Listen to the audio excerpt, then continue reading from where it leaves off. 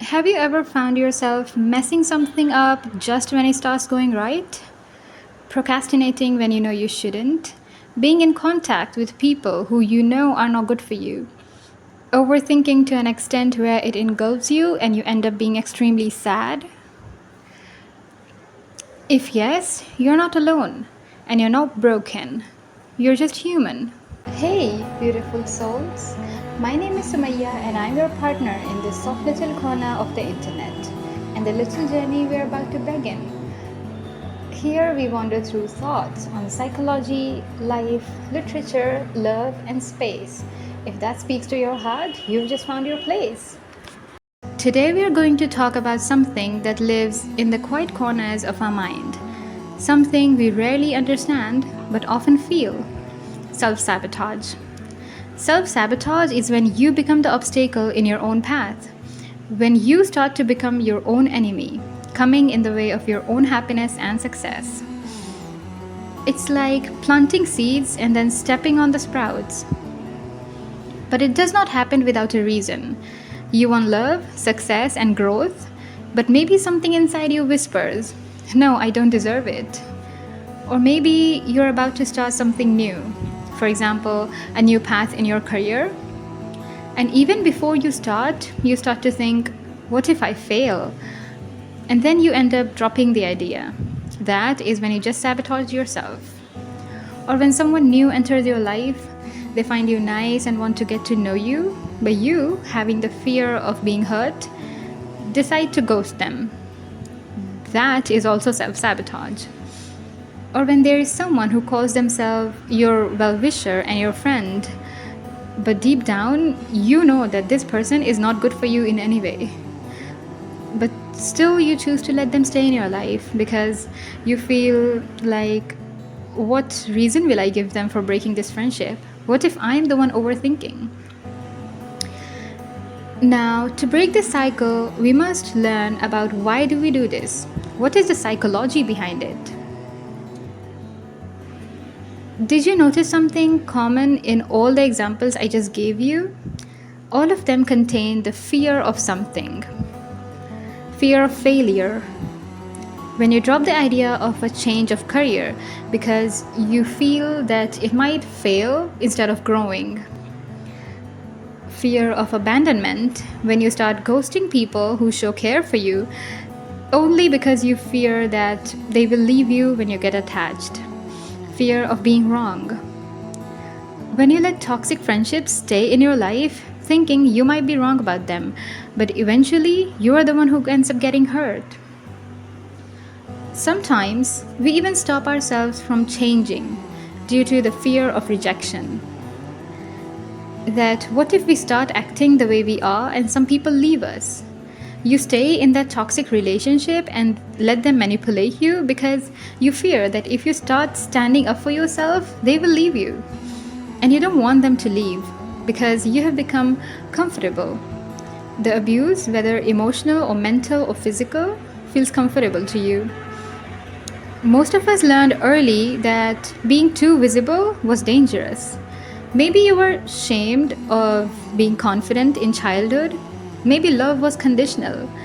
Your parents only loved you when you've achieved good marks in academics or did better than the person you've always been compared with.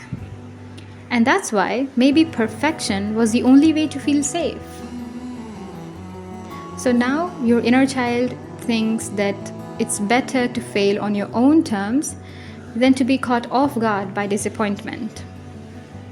So now, when you destroy a good beginning of a friendship or a love interest, it's like your brain says, if I ruin it first, at least it won't hurt as much.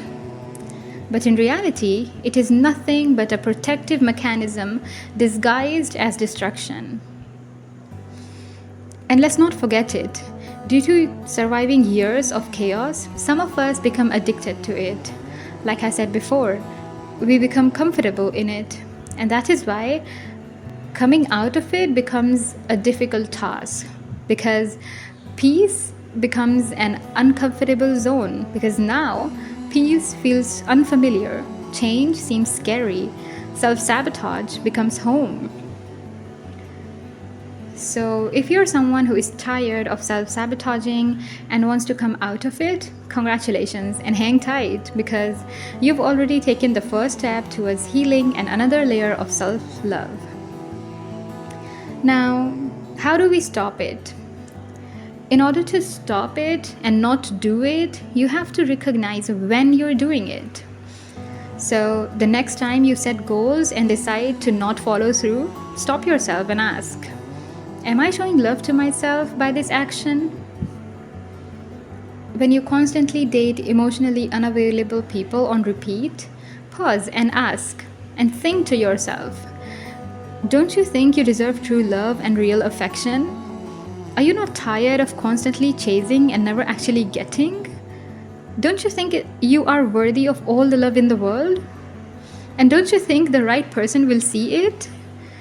You won't have to chase anything with the right person because they will see your worth and they will treat you so well that you will forget all the hurt that you've been through in the past.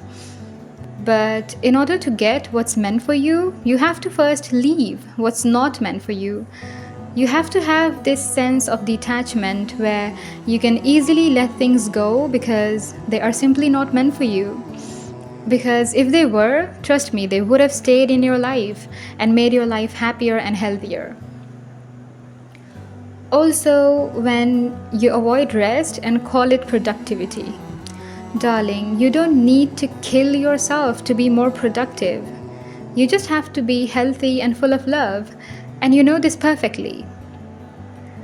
And sometimes you talk to yourself so harshly and so badly, like, I look like the worst person on the planet, I'm not good enough, I'm not pretty enough, I'm fat, I'm skinny, my hair is so bad, I cannot do anything, etc., etc.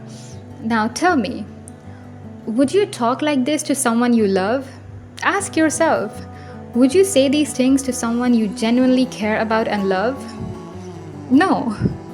So, when you find yourself sabotaging your schedule, your sleep, your joy, pause and breathe. This is not to shame you, but to make the invisible visible. Because awareness is the first step out of the loop. And then, name the fear. When you feel the urge to procrastinate or push people away, ask, what am I really afraid of right now? Fear only controls you when it stays unspoken, but you have the power to feel fearless and courageous. Let's assume you have to study and you have a very little time before your exams, but still you find yourself scrolling through reels and TikToks uncontrollably because you just feel this need to avoid studying and just focus on your phone. Now close your eyes and name the fear behind this procrastination. It can be anything. It can be that when you start studying, you find all that's still left to do, and then you become super stressed and get depressed thinking about your results.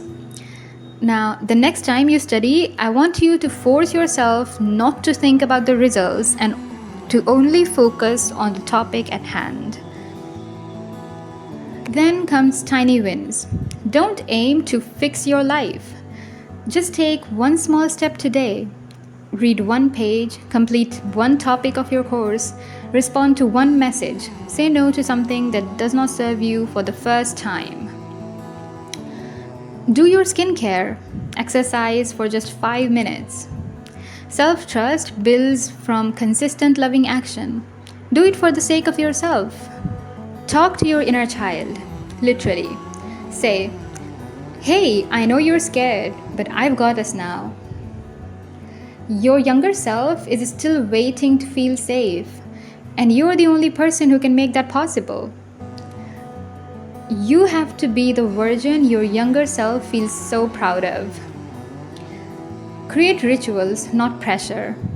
Instead of toxic productivity, create soft rituals like tea or coffee before studying, gentle music during planning, a calm walk in the nature before dealing with all the stressful stuff. Anchor yourself in kindness. Celebrate progress, not perfection. Even if you have learned to chase perfection since childhood, now is the time to unlearn it. Instead of working for perfection, take small steps and celebrate the progress. If you showed up today, that's more than enough. Because even if it's messy, you're still trying to move forward. Self sabotage is not proof that you're weak, it's proof that you're trying to protect yourself with the tools you once learned. But now you're learning better ones, softer ones.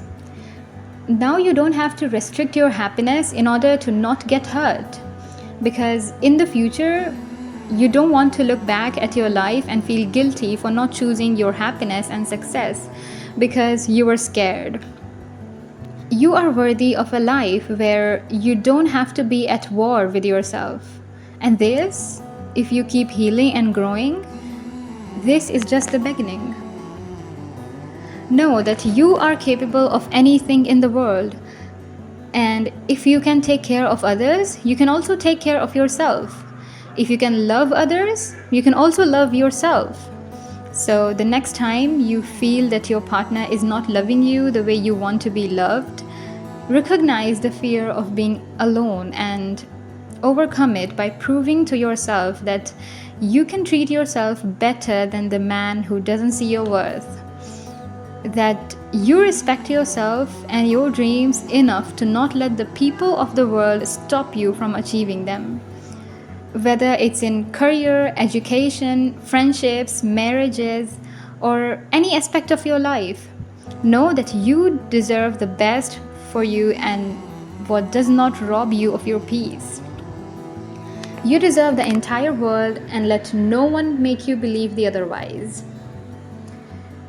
So this is all that is in the video today, and I really hope that you heal all of your traumas and all of your wounds and become the best and the highest version of yourself, because we really need that in life. Because what is the point of living when you can't even live for yourself, when you've always lived a life in the fear that is caused by the actions of people?